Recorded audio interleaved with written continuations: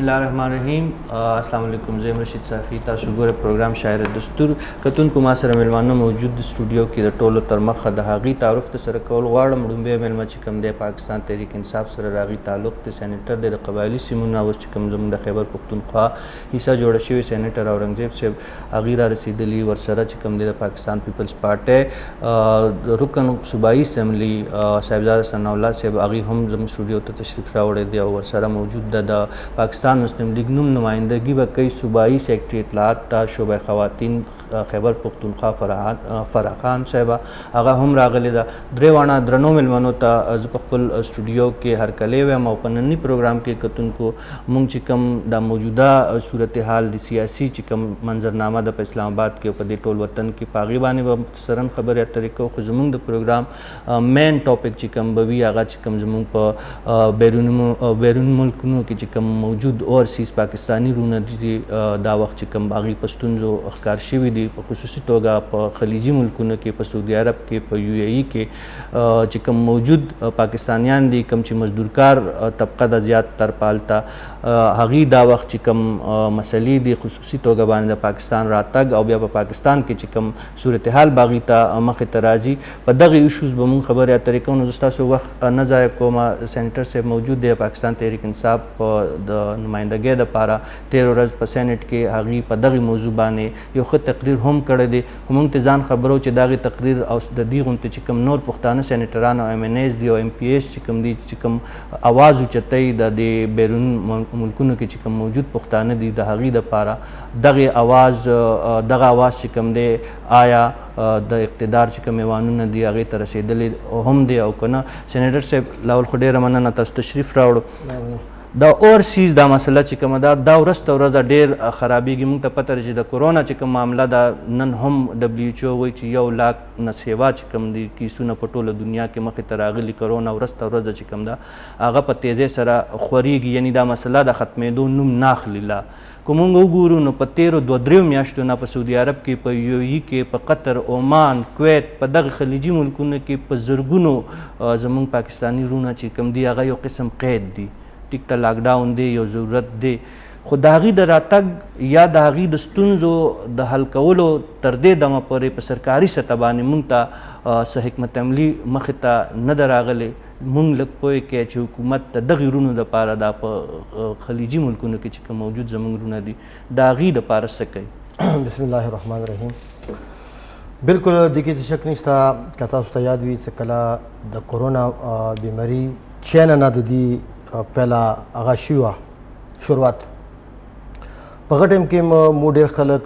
سټوډنټ سپیشلی په چینه کې ډېر موجود وو. نو چې کله د بیماري ولګېده نو بیا پرایم منسټر صاحب چینه ته دا ریکویسټ وکړو چې د مو سټوډنټ دا سو فی الحال را پرې نږدئ ولې چې د بیماري بیا پاکستان ته راشي. د ووهان خبره چې کومه تاسو کوئ هغه ډېره ښه مینج شوې تر دې دمه پورې په هغې باندې د حکومت ستاینه هم شوې ده چې هغه سټوډنټان ښه وه چې هلته ایثار شو. اوس دا دی د هغې راتګ شروع کېدونکي د هغې ته خصوصي توګه باندې یو 50,000 یو پیکیج هم غالبا چې د ټیکټ حکومت اعلان کړی دی، یو پیکیج اعلان یې کړی دی. هغه خو ستاسو شاباش حکومت پاکستان تحریک انصاف شاباشي موږ ورکوو. مونږ غټه مسله دا وخت چې کوم دا په زرګونو خلک چې کوم په سعودي عرب په خلیجي ملکونو کې دي، په یو ای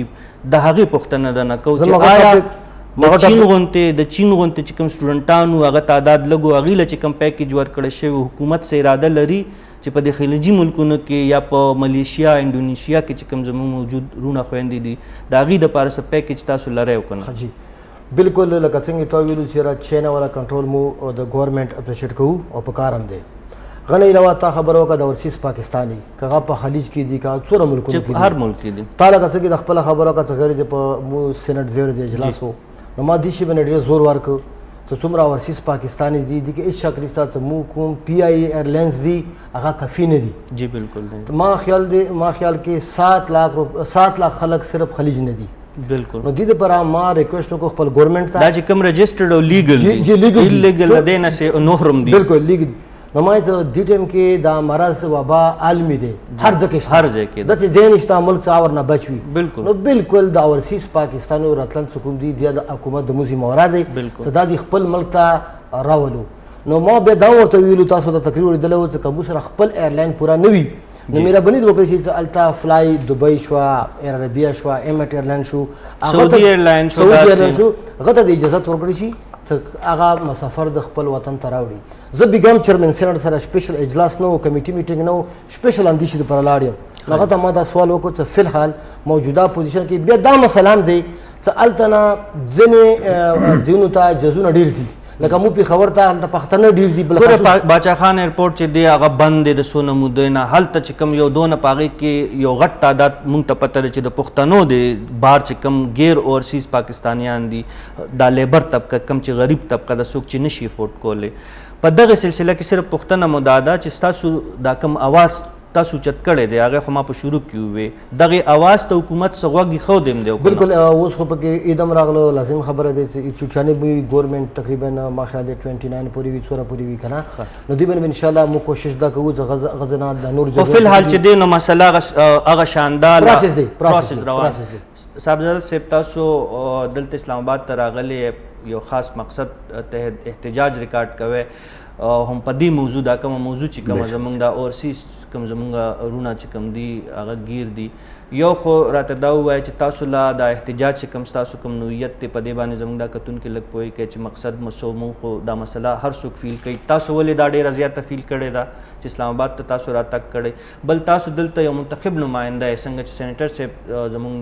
دلته چې کوم دی نمایندګي کوي د پاکستان تحریک انصاف، تاسو هم د ولس نمایندګي کوئ، منتخب نمایندګي کوئ دلته.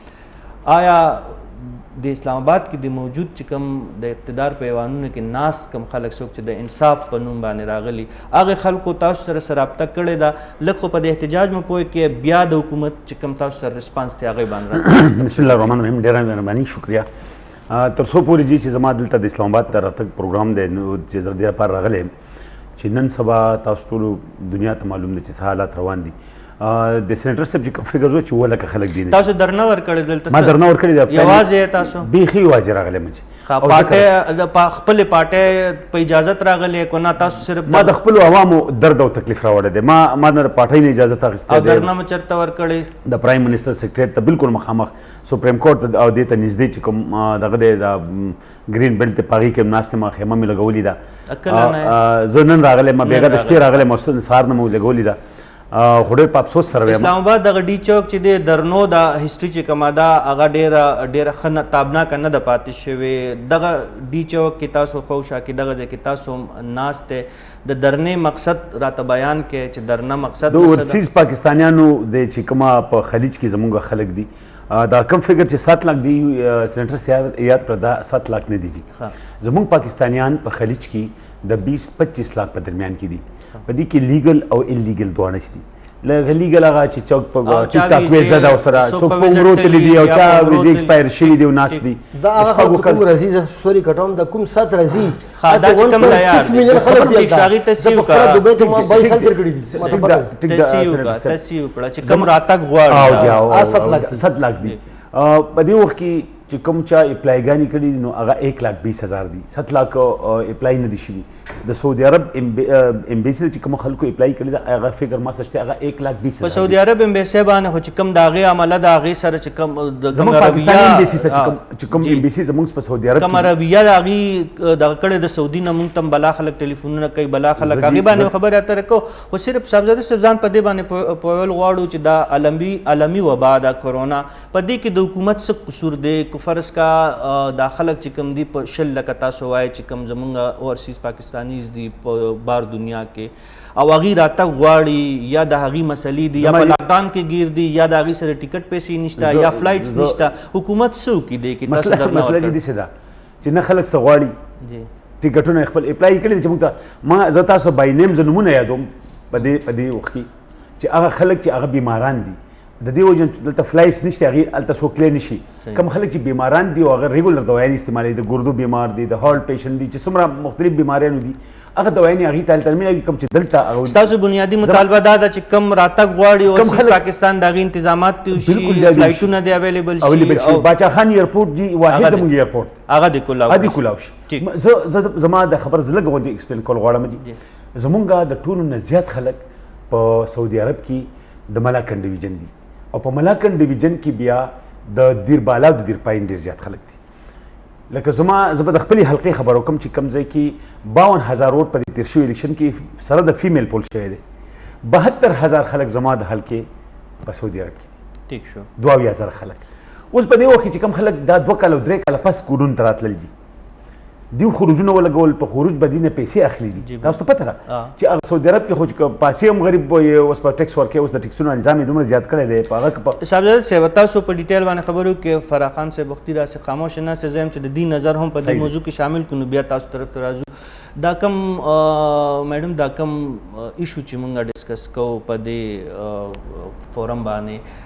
یو خو د مسلم لیگ نون موقف مونږ په دې باندې کو دا پوزیشن د حکومت نه زمونږ ګیله ده، نو دا پوزیشن نه هم دا بار چې کوم مشته زمونږ پاکستانیان دي هغې ته ګیله لري چې په دې دونه سخت کې په دې وبایي حالاتو کې هم شهباز شریف صاحب چې دی نو هغه د خپل د نیب کیسونو په غم کې مبتلا دی، نواز شریف صاحب چې دی هغه په خپله بیمار پروت دی په لندن کې. د مسلم لیگ نون چې کوم نور قیادت دی د پښتنو دپاره خو چرم دی اواز نو چت کړی دی او اوس هم ته توقع نشته. د پنجاب پارټي دا په پنجاب کې هم چې دا نو هغه دفن کېدو ته نږدې ده، څه به وایې تاسو په دې هکله باندې؟ بسم الله الرحمن الرحیم. رشید صاحب ډېره زیاته مننه، موضوع ډېره ښکلې ده، خو تاسو چې کومه ګیله وکړله چې دا د پنجاب پارټي ده د پښتنو پارټي نه ده، نو زه دې سره ټوټل اختلاف کوم. زه سیاست نه کوم، زه وارم نه کوم، خو زه صرف دا ویل غواړم چې د پی ټی آی حکومت په خیبر پښتونخوا کې آلموسٹ 7 ایئرز شو، ما ته یو بی ایچ یو وښایئ، آر ایچ سی راته وښایئ، یو ډي ایچ کیو ټي ایچ کیو راته وښایئ. دا هسپتالونه په سوات کې څنګه زما روډ چې اوس ذکر وکړو په دغې سوات کې نواز شریف کډني سینټر دی د پښتنو دپاره، د هغې پنجاب سړي لکه خپل چا پښتون نه ورته راوړلو. نو الحمدللہ نواز شریف سے پورا دا پاکستان وزیر اعظم وہ وزیر اعظم دے اور انشاءاللہ وزیر اعظم وہ بھی، اور دا واحد نیشنل پارٹی دا چې په دا 13 حکومتونو کې چې کله دا الیکشن شوی وي پاکستان مسلم لیگ هغه پارټي وسره هغه پارټي دا معاملہ چې کومه دا حکومت سره کوي چې نېشنل لیول په دې مو پوي کې حکومت نه ګیله ده نو اپوزیشن نه هم ګیله ده، سیټس دغه پارټي اخسته وي ټول پاکستان نه. ٹھیک شو، صحیح ده. پښتنه مصرف دادا کو حکومت سره نه کوي، دا په لکونو خلک چې زمونږ په میلیون 2 میلیون خواوشا چې کوم اوورسیز دي د هغې دپاره سره نه کوي، نو اپوزیشن هم چې کوم دی په دې معامله خاموشه دی. نه موږ د شهباز شریف صاحب څه خبره اتره داسې په دې هکله باندې اورېدلې، د مجموعي خبره هم نه ده کړې. له پښتنو دپاره آواز اوچتول خو ډېره غټه خبره ده، نه د امیر مقام صاحب تر حده پورې موږ څه اورېدلي دي، نه چې نن ورځ تاسو کوم قیادت دی شاهد خان صاحب په هکله باندې سپیشلي په دې موضوع باندې دا کوم چې پښتنو ته موږ دا اورسیز چې کوم دی دې کې زیات دا لیبر طبقه چې د تاسو زمانه وخت په دې خبره باندې پوهې چې زیاتره پښتانه دي په دې 6 لکو کې. صحیح سر، وبا چې کله نه راغلی ده پورا پاکستان په تکلیف کې دی. پاکستان مسلم لیگ نون بشمول ټول اپوزیشن د حکومت نه دغه ګیله ده چې تا سره څه پلان نشته ده.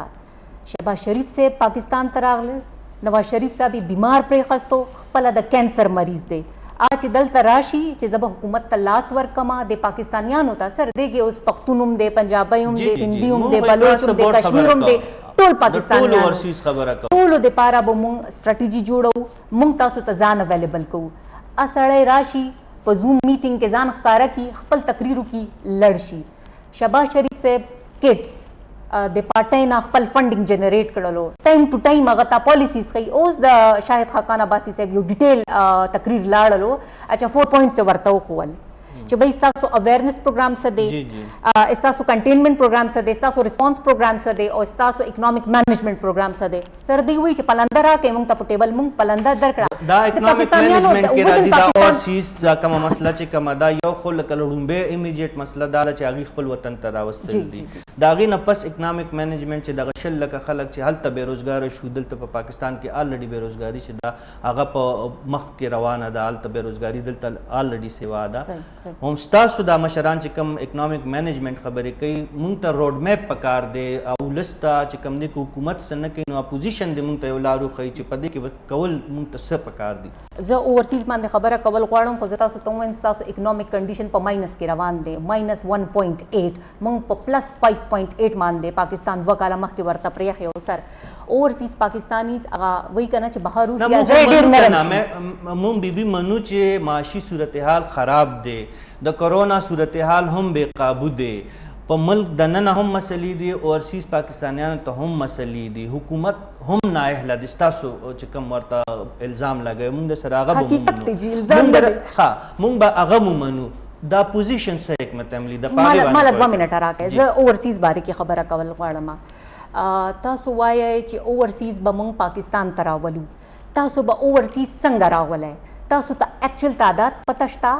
ها هغه چې تاسو دلته راولئ 13 فلایټونه چې راغلي وو کوارنټین څه حالاتو 2500 تاسو نه بالکل اخوا دیخوا شول، تاسو ټریس نه کړ. بیا کانټریکټ چې کم ټریسینګ سټریټیجی وي چې هغه چا سره ملاو شو، هغه چا رشتہ دار سره ملاو شو، هغه څه پروګرام شته، هغه جست دلته را روان دي نو ایله بکی دلته به روزګار پری دي. تاسو دلته څه د روزګار بندوبست ورلا کړی دی او چې هغه دلته کې موومېنټس کوي نو سر سمارټ لاک ډاون تاسو دا څنګه مینج کوئ؟ د کرایې دومره د جهاز کرایې سر د جهازونو کرایې دومره سیوا کړي دي کنه چې دا رونه مې خبرې کوي چې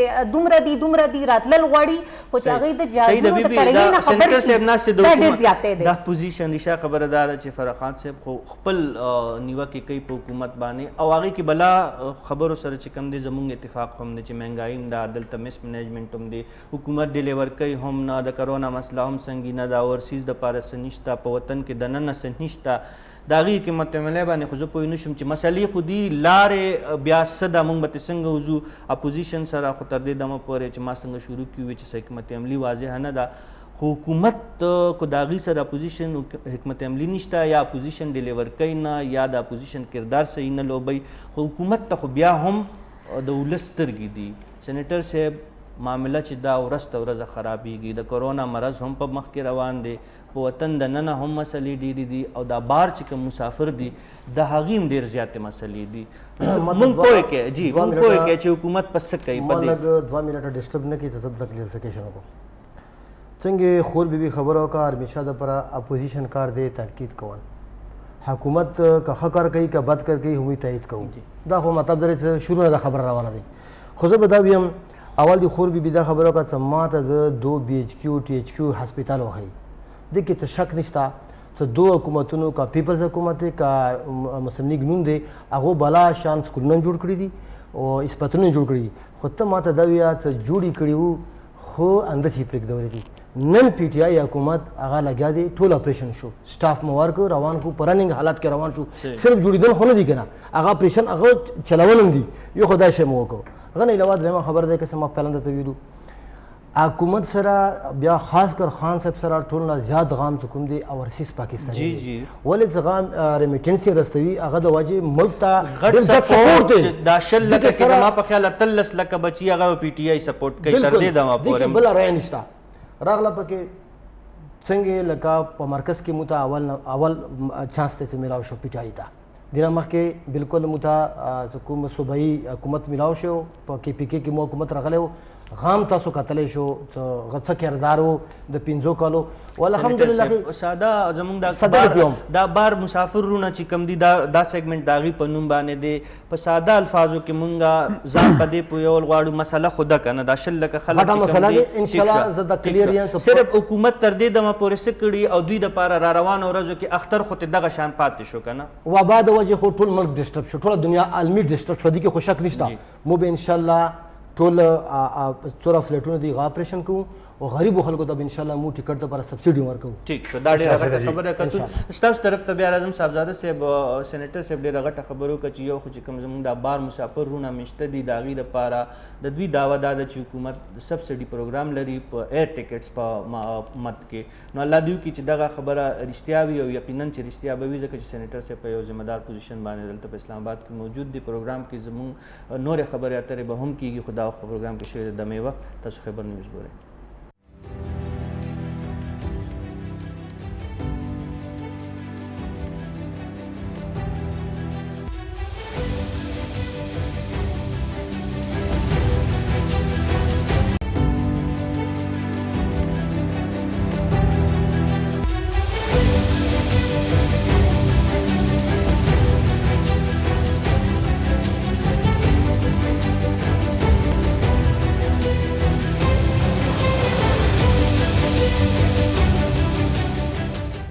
پروګرام کې یو واره بیا هرکلی صاحب صاحب وخت نه ضایع کوو سینیټر صاحب ډېره غټه خبره وکړه چې ستاسو درنې جوړې چې کوم دی د هغې نتیجه خړومبی نتیجه یې دا د موصول شوه موږ ته د مسافرو دپاره تاسو راغلی وی د ضرورتمندو لپاره اسلام آباد ته راغلی وی ډېر یخ موسم مو پرېښودی دلته اسلام آباد په ګرمۍ کې درنه تاسو ورکړې ده یو مطالبه بنیادي خو زما په خیال ضرورتمند چې څونه هلته مزدورکار وو د هغې غټه مسله دا وه چې هغې دا وخت اکثریت چې د خوراک خرچه مو سره ختمه ده او ټیکټ چې کوم د روټین ټیکټ و هغه هم هغې نشو اخیستی اوس چې دوی ورته او ټریپل هغه هم نه میلاویږي نو دا د سینیټر صاحب وویل چې دا د پیکیج ورکوي سینیټر صاحب یو فکر زه وښودو چې دا 7 لک زه هغه خلک یادوم چې کومه خلک د راتلو په انتظار دي جی جی نو زه سینیټر صاحب نه یو دا سوال کوم چې سینیټر صاحب څومره فلایټونه تاسو اوس په دې وخت کې اپریشنل دي چې تاسو خلک راوړي نه ګوره سینیټر صاحب خو نه د سیول ایویشن دلته وزیر دی نه بل څه خو د پښتنو نمایندګي کړې ده موږ ورته بیا صرف دا خبر دا هم ډېره غټه خبره وکړه موږ اپریشیټ کوو چې د خپل حکومت کې د حکومت باندې دیو ټکونه کړي دي موږ دا اپریشیټ کوو او تجاویز هم خبر کړي دي سینیټر صاحب ډېر ښه کردار ادا کړی دی دا زموږ دا ډېر غټ سټیپ دی که نه دا ایر ټیکټ کې سبسډي چې دا سبسډي مطلب دا دی چې یو خو به چې کوم د دې پی آی ای یا چې کوم نور ایرلاینز دي د هغې ټیکټ چې کوم ټاکلی شوي په هغه ټاکلی شوي ټیکټ کې به هم سبسډي مطلب دا ده چې هغه ټیکټ په هم ورته ارزان میلاویږي که نه نو چې ټیکټ وي نو ظاهره ده چې فلایټس به وي نو بیا به ټیکټ خرڅېږي که نه زه یو درخواست کوم جی تاسو د علم دپاره پاکستان ته روزانه په روټین کې زمونږ د 3000 نه والا د 4000 پسنجرز روزانه راځي اختر کې دا ریشو بیا ډبل شي د روزې دپاره به د خلکو خپل پروګرامونه جوړ کړي دي سي خبردار چې اوس ګوره په حقایقو به صاحبزاده صاحب خبره کوو ګوره اختر ته خو اوس ممکنه نه ده کوم چې شیډول فلایټس دي هغه به وي چې چا ټیکټ اخیستی کو ګران اخیستی کو ارزان اخیستی ګوره چې کله راوړي دلته که نه چې زه دا خبره کوم که نه زموږ پښتانه چې راوړي بنیادي مسله څه ده ستاسو په نظر کې مسله دا ده چې کومه پښتانه هلته ګیر دي بیماران دي هغې ته دغه میلاویږي نه ایرلاین ټیکټونه نه ورکوي امبیسي ټیکټونه ورکوي سعودي عرب کې مسله دا ډېره غټه مسله ده خاص کر سعودي عرب او یو یې نه دا اطلاعات 900 ریال ټیکټ جی 900 ریال د اماراتو نه د دوبۍ نه پاکستان ته نو څه خلک زموږ دا ډېر مزدور او غریب خلک د نوی په کراچۍ باندې رالو په کراچۍ نه بیا په بس کې راتلل جي د خپل ټیکټ هغه ټیکټ نن په دې وخت کې 2200 درهم ته رسېدلی دی دیو خو چې موږ له سبسډي ورکوو ستاسو بنیادي مطالبه دا ده چې کوم اضافي یو خو دا ده چې کوم سفارتخانه ملوث ته مبینه طور باندې چې پیسې اخلي یا رشوت اخلي زه ثبوت سره وایم جي زه به تاسو ته اوس دې وخت د سعودي کوم چې په ریاض کې موجود سفارتخانه ده او کونسل خانې دي په جده یا په نورو ښارونو کې هغې چې دي نو پیسې اخلي ټیکټونه خرڅېږي د فارن افیس چې کوم هلته تعینات عمله ده تاسو دغه الزام لګوئ دا خو ډېره سنګینه خبره په دې باندې به تاسو یو جواب ورکوم اصل کې کیسه دا دی د کوم سوشل ډسټنس دی که نه هغه دپاره یو سیټ خالي پرېږدي دي د وجې ټیکټ ګران دی ولې چې هغه فلایټ تاسو وایئ چې سبسډي ورکوي نو په کار ده چې دغه سبسډي دي همدغه ورکړي چې کوم زوړ ټیکټ دي خبرې ته درځم ان دې دپاره موږ سبسډي ورکوو څه اوس مسافرانو به لوډ دی هلته خلک بېروزګاره دي نو دې د وجې موږ سبسډي ورکوو څه خو باندې لوډ ورکوو دا سفارتخانې باندې چې کومې نیوکې کېږي یا کوم الزامونه سینټر صاحب په دې باندې تاسو هم خپل کامنټس راکوئ خو بیبي ناسته د هغې نه هم ځان پوهوي خو ګوره دا ډېره سنګینه مسله شوه چې سفارتخانه په بیرون ملک کې داسې وي چې د انسان کور وي کوم مسافر چې کوم زموږ وروڼه دي هغې ټول سترګې چې په داسې صورتحال کې چې که وبا راشي که څه نور داسې غیر معمولي حالات جوړ شي نو د مسافرو ړومبی نظر چې وي دغه کور یا دغه دفتر کوم ځای کې چې پاکستان جنډه لګېدلي هغې ته نظر وي د دې مسافرو صاحبزاده صاحب ایم پی ای دی منتخب رکن دی غلطه خبره به یقینا چې نه کوي د دې دا الزام دی چې د سعودي عرب امبیسي د هغې عهدهدار چې کوم دي هغې د مسافرو نه پیسې اخلي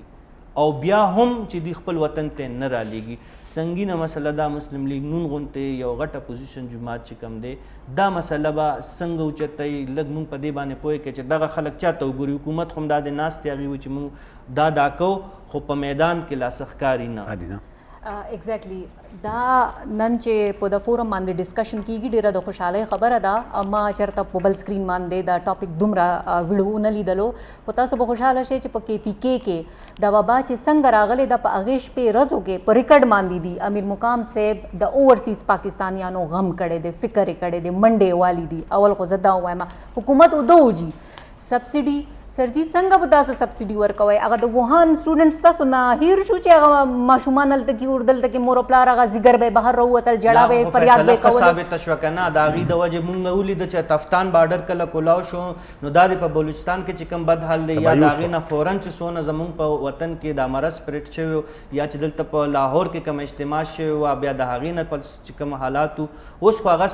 صحیح ثابت شو. د ووهان هغه سینیټر صاحب بمبې خبره وکړه چې په ووهان کې چې کوم سټوډنټس وو هغې له خو دا د رعایتي ټکټونه هم اناونس چې د 50,000 نه به سیوا هغې نه پیسې هم نه اخلي. دوه خبرې کوم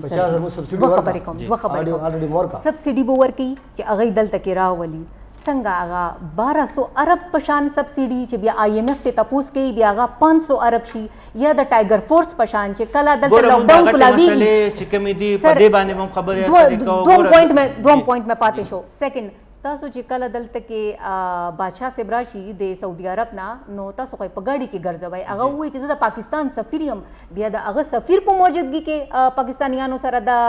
حل کیږي. نو چېرته دی زموږ وزیر اعظم چې ګاډي چلولی شي او دا تپوس نشي کولی؟ دا سینیټر صاحب تاسو جواب ورکړئ، خو دې کې زه لږ شان ایډ کول غواړم. د بي بي دا خبره بالکل صحیح ده چې کله دلته محمد بن سلمان راغلو کوم چې ولی عهد د سعودي عرب هغه ووایي چې زه ستاسو سفیر په سعودي عرب کې یم. د عمران خان صاحب په خپل هغې ډرایو کړی راوستی و پرایم منسټر هاوس ته او ډېر زیات قدر او عزت یې ورکړی.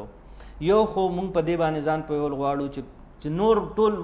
نور ملکونو سره رابطه نه کېږي نو سعودي عرب یا UAE سره عمران خان صاحب په سطح باندې یا د شاه محمود قریشي صاحب د وزیر خارجه په سطح باندې د دغې پاکستانیانو دپاره څونه رابطې شوي دي زما په خیال خو نه دي شوي. دویمه خبره چې له سعودي عرب او د UAE حکومتونه به مونږ پرېږدو، دلته خو ګیلې د پاکستاني د سفارتخانې نه دي. ستاسو غوندې نمایندګان چې د پښتنو دلته مونږ په اسلام آباد کې کوم موجود دي نو پکار ده چې تاسو خو شاه محمود قریشي صاحب ته هر حده پورې دا خبر اوچته کړئ که نه چې دغې سفارتخانې نه دغه سفیر نه دغه کونسل جرنل نه د دغې نه تپوس خو شي که نه چې دوی ولې داسې موجودات کوم صورتحال دی لکه څنګه مخکې د سعودیا شهزاده راغلی وایي چې شک نشته موږ ریسپیکټ ورکړی عزت مو ورکړی دی. ما هغه ټایم خو سوله جلیان رها کو که رها نه کو وطن ته واپس هم راغلو کم دی هغه خو یو هغه مامو کا بیٹا کامران والا قصه وه هغې نه خو علاوه خو موږ دا د دیر په ریکارډ دی جي ستاسو دیر ته څونه راغلي ستاسو حلقې ته علاوه موجوده پوزیشن کې زه د سعودیا ولا تراکا زه د هغه په باره کې خبرې کوم. نن حرم شریف بند دی که نه دی بند؟ ټوله سعودیا بند دی که نه دی؟ هغه ځان ته فیسلټي نشي ورکولی. مونږ د کورونا د وبا د وجود نه انکار نه کوو، د هغې د ستونزو نه هم انکار نه کوو. مونږ وایو چې صرف دغه پاکستانیانو تر حده پورې چې کم شاه محمود قریشي خبره ته څیزونه دي شاه محمود قریشي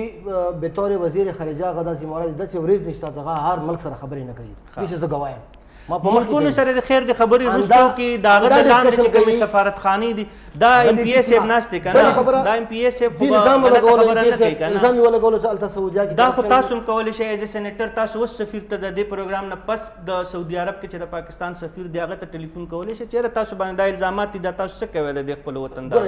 زه به تاسو ته میډیا ته خلک راولم چې هغې نه څومره پیسې اخیستې شوي دي په یو ټکټ د دې خبرې مونږ هم ګواو چې د سعودي عرب د ریاض جدې دمام د دغه ښارونو نه خلکو ټلیفونونه کړي چې د سفارت چې کوم اهلکار دي د سفارتخانې هغې پیسې اخلي. ایز سینیټر زه دا ګارنټي ورکوم هغه د راوړي پروف اب بیا وګورئ صاحبزاده صاحب ګوره دا ګوره سینیټر صاحب ډېرې ښکلې خبرې کوي یو خو د پیکج خبرې وکړي بل وایي چې کوم ثبوتونه چې کوم دي هغه به تاسو دوی سره شریک کړئ انشاءالله د اختر نه پس د سینیټ اجلاس هم دی دا وټساپ دی چې که نه دا وټساپ باندې زه به دې ته سینیټر صاحب ته اوس هم وښیم چې کوم ډاکومنټس راغلي دي که نه هغې وایي چې زموږ نه دا خلک دومره ګوره هغې وعده کوي چې د سینټ د فورم په ذریعه باندې او دوی د سینیټر چې کوم دی دا خبره به دوی دا وعده وکړه چې دوی به دا خبره اوچتوي د چیرمین سینټ په ذریعه باندې هم د فلور اف د هاوس په ذریعه باندې هم د شاه محمود صاحب بله خبره مو وکړه چې موږ به دې خلکو ته سریلیف ورکوو موږ به سبسډي ورکوو جی جی دا خبرې وکړه که نه موږ د چاینیز سټوډنټانو ته 50,000 روپۍ جی بالکل سبسډي ورکړه فقط تعداد ډېر لږ وکړه لږ وکړه جی خو زه یو درخواست کوم دا اوس چې کوم خلک راله چې د دې رم دا هوټل کې په سرینا کې او میریټ کې او په مختلفو هوټلو کې خپل پاتې شو. زما د حلقې یو کس راغلی دی، یو نه ډېر راغلي دي، خو د یو مثال به ته وکړم. دلته چې په هوټل کې 6000 روپۍ د هغې نه د یوې شپې، بالکل دا خبره 1500 روپۍ د هغې نه د په دې حق روژه 2000 روپۍ په شب روز کې د هغې نه دی کوم چې کوارنټاین کوي دا ورسي زارس کوم هغه خلک دا ولې فري نه ورکوي. ګوره چې زمونږ په ای ډي پیانو باندې سینټر صاحب ای ډي پي ما خیال اخیستي که نه به یې اخیستي، زه خپله خبره به وکړم. زمونږ ای ډي پي باندې 60% کټ ولګېدو په کې پي د کووایډ 19 په وجه باندې مونږ 60% زمونږ ای ډي پي کټ کړه. چې ای ډي پي کټ کړه دا پیسې چېرته ځي؟ مونږ وایو چې سبسډي ورکوئ، نو دا سبسډي نه ځي چې یو سړی د دغه نه راغی ته چې 1500 روپۍ د اسلام آباد د ایرپورټ نه د رم د هوټل یا د مری روډ باندې کوم هوټل کې چې بوکینګ کړی دی جی 500 روپۍ په بس کې دغه نه کرایه اخلي. جی هغه مزدورۍ له تللی، هغه دیاړۍ له تللی، دا سړی چلته تللی و، دا د مجبورۍ نه وتلی جي بالکل بری وطن ته بیا د سعودي عرب غونډې. او اوس خو ازادي د ګوره سپریم کورټ هم وویل چې لاک ډاون تر اختره پورې ختم دی. عمران خان صاحب هم وویل چې زه د لاک ډاون په حق کې اډوله یم. د مراد علي شاه صاحب زه یو خبره کوم وزیر اعظم تاسو ټیم جګړې جسټس ډېرې ښې خبرې وکړې. یاد وزیر اعظم زه عمران خان صاحب دا یو خبرې اپریشیټ کوم چې هغه وایي چې نه کوو لاک ډاون. تاسو به کتلي هغه دا کم فیګر دي، دا کم نمبرز دي، دا کم غیبي پرشتې دي چې د وزیر اعظم خبره نه منل کېږي. دا څنګه وزیر اعظم دی؟ نو تاسو زه دا وایم چې سفارتخانه کې دا خبره نه منل کېږي. دلته هغه فیصله کوي پرایم منسټر وایي چې زه د دې په حق کې نه یم سمارټ لاک ډاون و داسې ویلې که نه جي نو چې ویلي دي نو دا سمارټ لاک ډاون چې دی کاو دا چاته ویل جي نه امپلیمنټیشن ګوره جی د چا په حکم کیږي امپلیمنټیشن به چا په حکم کیږي جی د بي بي طرف ته وزم او وقفه ټایم هم د تاسو کو مختصرا زر د کې س اډ کول غواړم زه دا وایم ام پی ایس وایي چې د څنګه وزیر اعظم دې خبره نه چلیږي. زه به دا ویم کنه د زنه دنیا دا خبره کوي چې عمران خان صرف د پاکستان وزیر اعظم نه دی، د ټول عالمي وزیر اعظم د خلکو ثابت کړی دی. دا خو سېنیټر صاحب زما په خیال تاسو پیړو بنس کې خدا خبره تاسو مجبوري نه دی ځکه دی زه دا اوس مخکې زه ډېر بار ګرځم دوبۍ کې مخ خپله کاروبار دی بزنس مې دی الحمدلله چې مو اورسیز پاکستان نن کوم عزت دی کنه مخکې داسې نه و. ټیک شو کتونکو سېنیټر صاحب خپل دریځ دی هغې کیدای شي په حق وي خو د ډېرو خلکو په دې خبره باندې چې د زړه یې پیوبه نسکي په دې باندې خبرې اترې کوو پروګرام کې شوی د بلې دمې وه.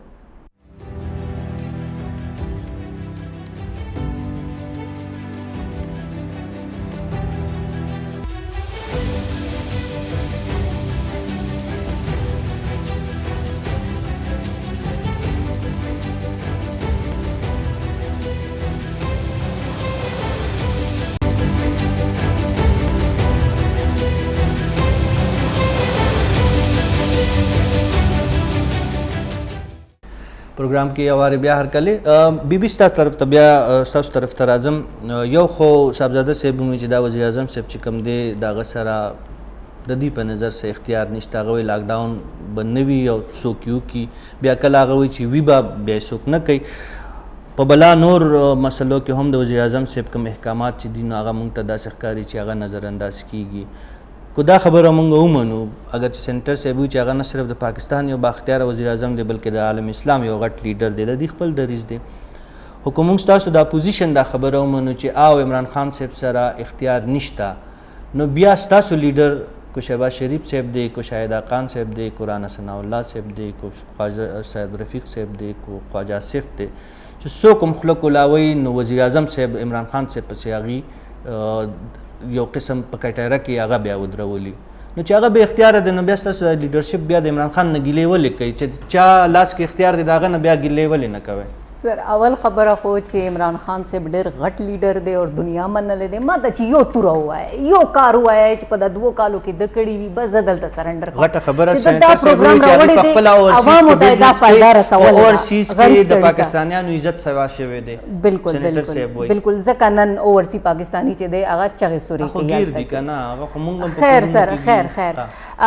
تاسو وایئ چې د دی امپاورډ ولې چې د اپوزیشن پسې دی. زه تاسو سره اګري کوم د او انګریزي کې ورته وایي د اونلی جاب از to keep an eye on opposition. صرف اپوزیشن هغه خلک راګیري چې د پاکستان خدمت یې کړی دی. اوس یې ولې راګیري چې سبا دا خلک بیا په مقابله کې راونه درېږي، لکه د عوامو په سترګو کې څښا کول غواړي. تاسو وګورئ کا چینی وي، کا اوړه وي، کا دوایان وي. عمران خان چې تاسو دا منئ چې با اختیاره دی که بې اختیاره؟ ساده خبرې کوو، ساده خبرې نه هغوی که نه غټه خبره مه کوه، غاړې ته به دې راشي. دوی موږ ته غله ویله، نن ټوله دنیا دوی ته غله. عمران خان صاحب با اختیاره دی که بې اختیاره دی؟ سر هغه یو پاپټ دی. پاپټ دی، ټیک شوه. اختیار بیا چا سره دی؟ حکومت خو چلیږي. هغه په خپله وایي اشراف یې سره دی. اشراف یې څوک دی؟ دا تپوس خو موږ هم کوو چې دا اشراف یې څوک دی آخر؟ چې وزیر اعظم تاسو یې چې کله نواز شریف صاحب وزیر اعظم و، د چا به داسې ضرورت نه و سره د 3 ساله چې هغه کور ته لاړو نیغ به ولاړو. صحیح شو. د دې سره چې کوم دا کم سینټر صاحب ستاسو نظر به هم شامل و، خو دا وخت موږ سره د امریکې نه موجود دی لږ موضوع بل طرف ته لږ مخکې بوځو. دا کم چې د کرونا دا مسله ده عالمي سطح باندې خبره تاسو کې چې عمران خان صاحب په عالمي سطح باندې هم لیډر تسلیم شوی دی، خو موږ دا کرونا چې کوم عالمي صورتحال دی د هغې به ځان خبرو. خو زما په خیال یو ډاکټر صاحب به موږ سره د امریکې نه موجود وي، خو د هغې سره زموږ له رابطه نه شوې. همدغه خبره ده چې ډاکټر صاحب سره زموږ رابطه وشي، بیا به دا بحث د کرونا په هکله باندې مخکې بوځو. ریشه خبره دا ده د میډم چې دا کومه خبره وکړه چې دا عمران خان صاحب په خپله وایي که نه، تاسو خو وایي چې عالمي سطح باندې د هغې کوم شخصیت دی یا لیډرشپ دی هغه تسلیم شوی دی، خو دا اشراف یا بیا څوک ته دا دی یا دا موږ ته خو دا هم پته نشته چې دا څه شی یو جواب ورکوم چې دا حکومت چلی. څومره حکومت یې تېر دي په خپلو خلکو باندې څومره خلکو کرپشن کړی پردا چی تاسو ته پته ستا ته جهانگیر ترین دا د عمران خان رائټ هینډ و. ډېر ښه طرف ته هم خبره نن د چینی کمیشن ما ته هم ډېره خبره چینی کمیشن رپورټ چې کوم په اپریل کې راغلی عمران خان صاحب چې په 15 اپریل چې کله د فرانزیک وشي په فرانزیک رپورټ کې تاسو ته هم پته ده چې واجد ضیا صاحب نن کابینې ته چې کوم بریفینګ ورکړی دی هغه فرانزیک رپورټس کې هم ستاسو د حکومت ملګري جهانگیر ترین دغه شان نور خسرو بختیار دغه شان نور چې کوم د مونس الهي دغه نمونه په هغه فرانزیک رپورټ کې هم تاسو ګڼئ چې عمران خان صاحب دغه خلکو ته سزاګانې ورکړي؟ بالکل لکه څنګه جهانگیر ترین یې برطرف کو ودنې کوس کو ټوله دنیا ته خبر دی. یو نه جهانگیر ترین صاحب خو وایي چې د کوم عهدې نه چې زه شهباز ګل صاحب نه پس زما په خیال په پی ټي آی کې به تاسو دویم کس چې دغه خبره کوي چې جهانگیر ترین صاحب یې برطرف کړی. جهانگیر ترین صاحب وایي ما ته خو هغه زما د تعیناتۍ نوټیفیکیشن د څوک وښیي نو بیا د هغې نه پس دې ما ته برطرف کوي. زه دا ګارنټي در کوم چې عمران خان ته کوم ټوس ثبوت راشي که نه هغه خپل هغه پلار نه معاف کوي. دا کلیر واوره. نور د یې چې بې اختیاره دی چې بې اختیاره نه دی ملکی کونج نه کونج ته ورسول. بله خبره دی پهله حکومت میلاو شو کوم د خپل حکومت هغه کوي یو نه کوي. لکه تاسو دا ګڼئ په چینی کمیشن رپورټ خو ګوره لا مشتهر شوی نه دی، خو په دغه رپورټ کې جهانگیر ترین صاحب خسرو بختیار مونس الهي مجرمان یا ملزمان ټهراوي تاسو دا ګڼئ چې څنګه د مسلم لیگ قیادت یا د پیپلز پارټۍ قیادت دا وخت په جیلونو کې چې څنګه یې دننه کړی نیب تاسو ګڼئ چې جهانگیر ترین خسرو بختیار او دا خلک په هم د جیل تور تمبونه بیګا په چې سرګرم شروع دی که نه دی شروع مو مکمل تحقیق کوو. اول به مو ټول زیاته چې خپل پټي والا کس ورکوو. صاحبزاده صاحب ګوره ډېر بهترین دا خو ډېر مثالي تحریک انصاف چې کوم موټو وه کوم منشور و واقعي چې هغې وي چې موږ به انصاف کو خو د دې خبره د سینیټر صاحب خبره صحیح وي چې عمران خان صاحب دوی خو ډېر سخت لفظ استعمال کو چې هغې خپل پلار هم نه معاف کوي د هغې شخصیت په داسې الله دې وبخي هغه مړ دی هغې خو وفات شوي دي. خو تاسو دا ګڼئ دا دوی مثال ورکو تاسو دا ګڼئ چې عمران خان صاحب به جهانگیر ترین مونس الهي خسرو بختیار دغه شان نور چې په حکومت کې کم نمایه خلک دي کو په دغه چینی کمیشن رپورټ ته لاندې صرف د دغه حده پورې خبرې وکړو. عمران خان صاحب هغې هم د تورو تمبو شاته کې څنګه چې اپوزیشن کړی یو منسټر نه راوغېستو بله منسټري وله ورکړه دغه سزا شته. خو بیا خو یو مثال خو یې جوړ کړو که نه څنګه مثال یو منسټري راوغېسته بله منسټري وله دوی وایي چې د دې نه ګوره هغه ویلو چې کله فرانزیک رپورټ راشي بیا به سزاګانې فرانزیک رپورټ راغې نن کابینې ته پیش شو دغه رپورټ دا معامله چې کومه ده ختمه خو نه ده له پیپلز پارټۍ د مسلم لیگ نون غونډې موږ دا مثال چېرته د پیپلز پارټۍ په دور کې تاسو چې کوم جومات د نمایندګي کوئ درخواست کوم چې درخواست کوم دا نور د اپوزیشن چې څومره مشران دي دی د انکوایري نه مخکې نیولي نیب د انکوایري نه مخکې وروسته انکوایري کوله په دې خو انکوایري وشو هغه د اوس لا کې فرانزیک رپورټ ته انتظار دی. دا بل څیز خو پرې ثابت شو چې دا کرپشن خو شوی دی که نه اوړه پټ شوي دي چیني دغه شوي دي دا ټول شي خو هغه ثابت وو. اوس وګورئ چې زار اس کوم پټانه کې یو لیست جوړیږي هغه ته نمبر 10 لیست وای کنه جی لکه ډېر بخنه سر زدا خبره کول ستاسو د مشرانو بدقسمتینا اغي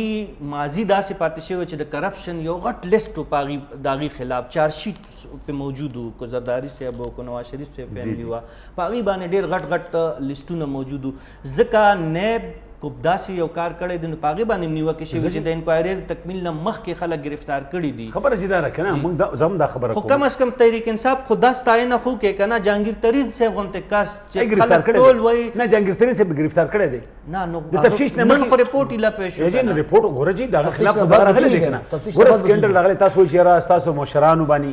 زموږ په مشرانو باندې که د مسلم لیګ نه اپوزیشن چې څومره دي زه تپوس کوم چې دا با اختیار وزیر اعظم دی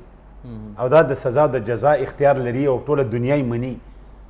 نو ثابت دی پکې که نه سزا دې ورکړي که نه ټیک شو دا خو داسې نه ده جي بیبي نن سبا بیا ډېرې خبرې کېږي شیخ رشید صاحب هم دا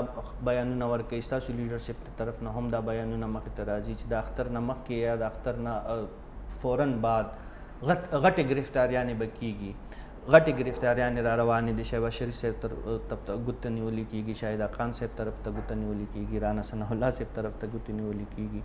نو حکومت اکراس د بورډ احتساب کوي دا د چینی کمیشن رپورټ چې دی هغه وزیر اعظم صاحب ته پیش شو وزیر اعظم صاحب سینیټر صاحب وایي چې څوک هم نه معاف کوي نو بیا خو دا خبره د اپوزیشن دا خبره خو ځای نه نیسي چې ستاسو به نه نیسي او هغه به خپل ملګري جهانګیر ترین خسرو بختار به نیسي سر اول خو د حکومت کې ډېر غټ زبرګان دي چې دوی ته اول موکلات ووایي چې اوس بدا کېږي سبا بدا کېږي بله ورځ بدا کېږي هر څوک پرېږدوئ سر اپوزیشن یې ونیولو کله نه یې نیولې دی 2 کاله شو آیا په د 2 کالو کې 94 ثابت شو هر څه پرېږدی جهانګیر ترین هم پرېږدی کې پي کې ته لړ شی غټ سکیم دی بی آر ټي پېښور 1 بلین 26 کروڑ ابو په هغې باندې ولګېدلې موږ 3 میټروز جوړې کړلې ودن 90 ارب 90 ارب کمپیریزن وکړئ د ایشیا دویم غټ سټیل برج چې کم جوړ شوی دی بلوچستان اور پنجاب میناوي فورټ منرو په هغې باندې څومره 13 ارب روپۍ د سټیلو نو اول خو د هغه شنونه راوباسي چې په هغه سترګو ښکاري سر اوس خو دا د هغه شو کنه میډم دا چینی کمیشن رپورټ هم تاسو یادو چې بس فرانزیک سره هغه دفن شو خو هغه رپورټ چې دی دفن شوی نن کابینې ته پیش شوی او سینیټر صاحب هم وویل او زموږ هم تمه دا ده چې په دغه رپورټ کې چې کوم دی د انصاف تقاضې به پوره کېږي خو ستاسو درې واړو میلمنو په اجازه زه غواړم چې لږ بحث چې دی هغه مخکې بوځو موږ سره دا وخت موجود دی د نائب صدر انٹرنیشنل کالج آف سرجن امریکہ نمائندگی به کوي ڈاکٹر شارق نصیر صاحب ہمارے ساتھ موجود ہے ڈاکٹر صاحب آپ مجھے سن پا رہے ہیں جی جی جی ڈاکٹر صاحب ہم آپ سے مختصراً جاننا چاہیں گے یہ جو کورونا کا وبا ہے اس وقت امریکہ میں ہم دیکھ رہے ہیں کہ حالات قابو نہیں آ رہے ہیں اس میں 1-2 باتیں ہم ایڈ کرنا چاہتے ہیں کہ ایک تو پاکستان میں یہ تاثر ہے کہ شاید امریکہ اور جو مغربی ممالک ہے وہاں پہ یہ وبا اس لیے پھیلی ہے کہ وہاں کا لوگوں کی مدافعتی سسٹم جو ہے وہ کمزور ہے اور پاکستان میں گویا زیادہ مدافعت کے لوگ رہتے ہیں پاکستان اور افغانستان اور جنوبی ایشیا کے اور ممالکوں میں آپ اس رائے سے کیا آپ اس پہ آپ کا کیا رائے ہے اس ایشو پہ دوسرا ہمیں یہ اس کے ساتھ ساتھ یہ بھی بتائیے گا کہ آپ کی نظر میں کرونا وبا جو ہے اس کے آنے والے دنوں میں کیا صورتحال ہو سکتی ہیں السلام علیکم بہت بہت شکریہ آپ نے مجھے اپنے شو میں انوائٹ کیا اور انفارچونیٹلی ہم اسکائپ پر دیکھ نہیں سکتے ہیں آپ ایک دوسرے کو مگر دیکھیے امریکہ آپ تو جانتے ہوں گے ایک مرکز بنا ہوا ہے پورے دنیا میں اور یہاں جو کیسز اتنی تیزی سے بڑھا ہے قریب 15 لاکھ کیسز امریکہ میں ہوا ہے جس میں قریب 93,000 لوگوں کا ڈیتھ ہوا ہے اور پوری دنیا میں آپ جانتے ہوں گے فگر 50 لاکھ ہے اور 3.5 لاکھ لوگ پوری دنیا میں اس میں مرے ہیں اس ڈیتھ سے وبا سے اور کئی ریزنس ہے جہاں امریکہ میں کیوں ہوا کیونکہ امریکہ میں اکنامی جو ہے بہت تیزی سے آگے بڑھ رہی تھی اور ٹرمپ ہمارے پریزیڈنٹ صاحب نے اکنامی میں کافی توجہ دی اور انہوں نے اتنا یہ وبا کو بہت ہی لائٹلی لیا کیونکہ دنیا بہت چھوٹی ہو چکی ہے انہوں نے اتنا دیکھا نہیں کہ چائنا میں ہے تو چائنا میں محدود رہے گا اور انہوں نے لاک ڈاؤن جو شروع کیا کافی لیٹ سے انہوں نے لاک ڈاؤن شروع کیا. یعنی ڈاکٹر صاحب آپ بتا رہے ہیں ہمیں کہ امریکہ میں اس وقت صورتحال جو ہے قابو میں نہیں ہے اور آنے والے دنوں میں مزید خطرات موجود ہیں. جی ہاں, ابھی تو دیکھیے نیو یارک میں جہاں ہوں, ابھی نیو یارک سب سے زیادہ افیکٹڈ اسٹیٹ ہے پورے امریکہ میں, اور قابو میں تو آ چکی ہے. یہ جو کرو جو ہوتی ہے یہ فلیٹننگ ہو گئی ہے اور نیچے جا رہی ہے. پہلے ہم لوگ دیکھتے تھے قریب 800 سے 1000 روزانہ لوگ یہاں مر رہے تھے اس وبا سے, اب وہ ڈیتھ ہو گئی ہے قریب 150 سے 100 تک. ڈاکٹر صاحب یہ بتائیے گا, آپ نے ڈونلڈ ٹرمپ کی بات کی ہے, ڈونلڈ ٹرمپ کی پالیسی لاک ڈاؤن کے حوالے سے آپ تنقید کر رہے ہیں, شاید آپ ہمیں اس کا تقابلی جائزہ ہمیں پیش کریں. یہ عمران خان صاحب کی جو پالیسی ہے کرونا کو کنٹرول کرنے کے حوالے سے, لاک ڈاؤن کے حوالے سے, وفاقی حکومت آپ شاید نیو یارک میں ہیں, لیکن وہاں سے جو دیکھ رہے ہیں یہ پاکستانی پالیسی آپ کو کرونا کی تدارک کے حوالے سے کیسی لگ رہی ہے, آپ وہاں سے کیا دیکھ رہے ہیں؟ دیکھیے انہوں نے پالیسی جو شروع کی ہے بہت لیٹ شروع کی ہے. انہوں نے پہلے جو ٹیسٹنگ جو کرتے ہیں ہم لوگ, وہ ٹیسٹنگ انہوں نے پورے منتھ فیبرری میں انہوں نے ٹیسٹنگ شروع نہیں کی, اور یہ اپنے ہی کٹ سے پر توجہ دے رہے تھے کہ میں خود یہاں کا کٹ ایجاد کروں گا اور تب ٹیسٹ کروں گا. وہ کسی باہر سے ٹیسٹنگ کٹ انہوں نے منگوایا نہیں, اور ٹیسٹنگ جو انہوں نے شروع کی ہے قریب مارچ کے مہینے میں, اور مارچ 26 سے اپریل 26 تک اتنا یہاں لوگ ڈیتھ ہوئے, بے انتہا لوگ یہاں مرے اس جگہ بچوں کی ٹیسٹنگ نہیں تھی. اور دوسری کی کوارنٹین انہوں نے بہت لیٹ پہ کیا. نیو یارک سٹی میں جو پورا اکنامیکلی ہب ہے, اور انہوں نے لاک ڈاؤن جو کیا بچوں کا اسکول بھی بہت لیٹ سے بند کیا. تو یہ دو وجہ تھی جو مین اس کے ریزن تھا. تیسرا کہ اختلاف تھا یہاں